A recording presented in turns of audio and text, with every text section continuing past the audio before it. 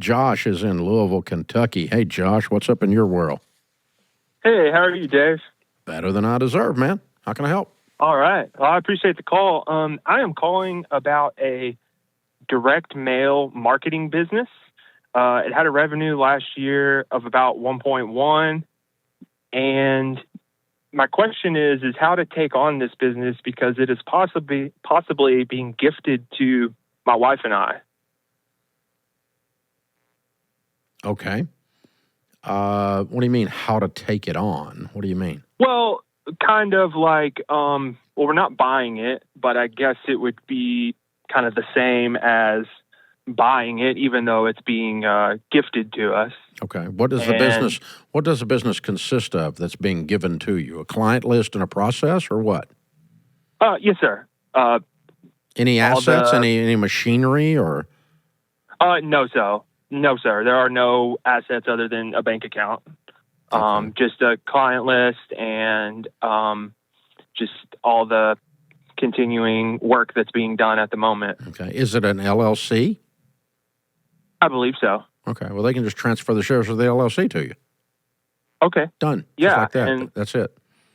okay. I'm so interested how you're doing direct mail profitably in the world we live in today. That is such a 1980 thing to do. It's the postage costs a lot of money.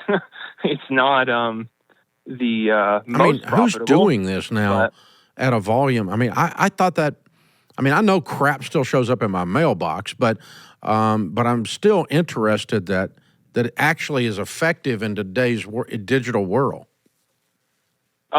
Yeah, I was honestly very surprised too when I heard about it, but then I saw the amount of clients and the money that's coming in. So someone comes to you and that wants to do a mass mailing. Yep. Or a targeted mailing of some kind. And who would be like one of your larger clients, as an example, that would be wanting to do that? Like a pizza franchise. Okay, so they're wanting to send out coupons and advertisement for the pizza. Correct. So the local franchise or the local pizza parlor or whatever would pay you guys X number of dollars. And do you broker the printing piece, or they bring it to you, or how do you do it? Yeah, that gets sent out elsewhere. We won't be doing any of the printing ourselves. I know, but I mean, are you helping the client do that, or they do it and just bring it to you? Oh, no, we facilitate all of that. Okay, so they come to you with an idea, and then you help them with the creative, and then help them and you broker them. They pay the print bill, but you hook up the printer, and then the printer does the delivery to wherever you need to, and builds the postage out, and then you've got the list to send it to. Correct. Yeah. At the moment, the person running the business they also kind of farm out all of the design work. Yeah. But when we get the business, my wife will be doing all that because that's what she already does, is design work. Okay, but that's perfectly in her wheelhouse. Yeah, but that's interesting. So if I own a pizza place, I can just come to you and say, what would it cost me? And you would say, well, here's what the printing would cost, here's what the postage would cost, and here's what our fee is, and you can put this in 20,000 homes or something, right? Yeah, correct. Just like that. Okay. That's cool. Yeah. And they're getting an ROI on that, you're saying. In other words, if I do that, if I'm a pizza guy and I do that, and what might I spend with you if I did 20,000 houses? Is that be the right kind of number? I believe so. I'm not really sure on that detail. I'm just saying, okay, would a 10,000 or a 20,000 mailer be a typical one for you guys? Yeah, that'd be a typical size. Okay, so what would if I'm a miscellaneous business and I buy a 10,000 mailer, what's that cost me probably? I'm not quite sure on the breakdown on that yet. No, I mean the total.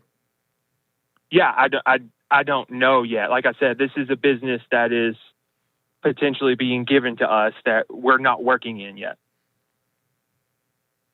Okay, all right, yeah. So I think you got to understand a whole lot more about it because I'm not sure you have a gift yet.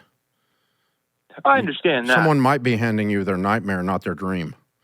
So you need to understand it. Because I got to tell you, it's an antiquated business. It's a business that's certainly not cutting edge in a digital world.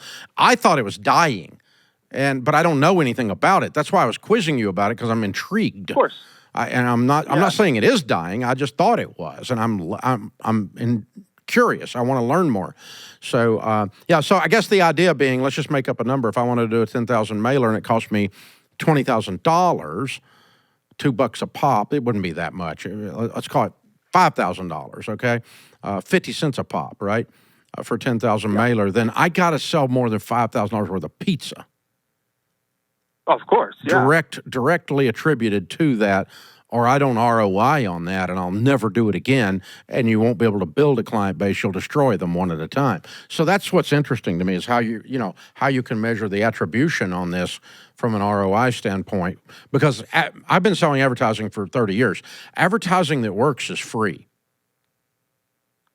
If I spend $5,000 and I make $10,000, all I want to know is how many times I can do that. Let me do it again. Load the gun and put it on full auto and pull the trigger. I mean, that's all I want to do then. But so when I've got enough attribution, in other words, I can attribute more sales to it than it costs, it's free. So I'll do advertising all day long. It's free. The business is always growing. It's always bringing in more than it costs. And this is the problem with the freaking Facebook world and the Google paid ads, is you can give direct attribution and your ROAS or ROI, one of the two, oftentimes sucks because they've gotten so greedy on what they're charging for it. And so it's not free anymore. It's starting to be a cost, and it's starting to be a line item that's unbelievable. So anybody like Josh that can bring me a different version of advertising to the table as a business guy that is actually working, even if it's one I thought was gone, I'll look at it. And we'll do it. And if it works, I'll do it again. And if it works, I'll do it again. If it works, I'll do it again until it quits working. I'm just going to keep squeezing the trigger until there are no more rounds in the chamber, baby. That's it. This is not hard at all.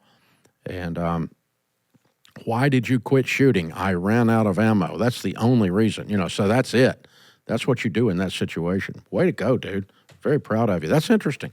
Yeah, you need to learn a lot more, though, before you actually take this deal on. Because right now it just sounds like it's a free thing, and I don't know why this guy's walking away from something that's a cash cow, and it is an old school business model. So let's make sure it's working in the new school world. This is the EntreLeadership Podcast.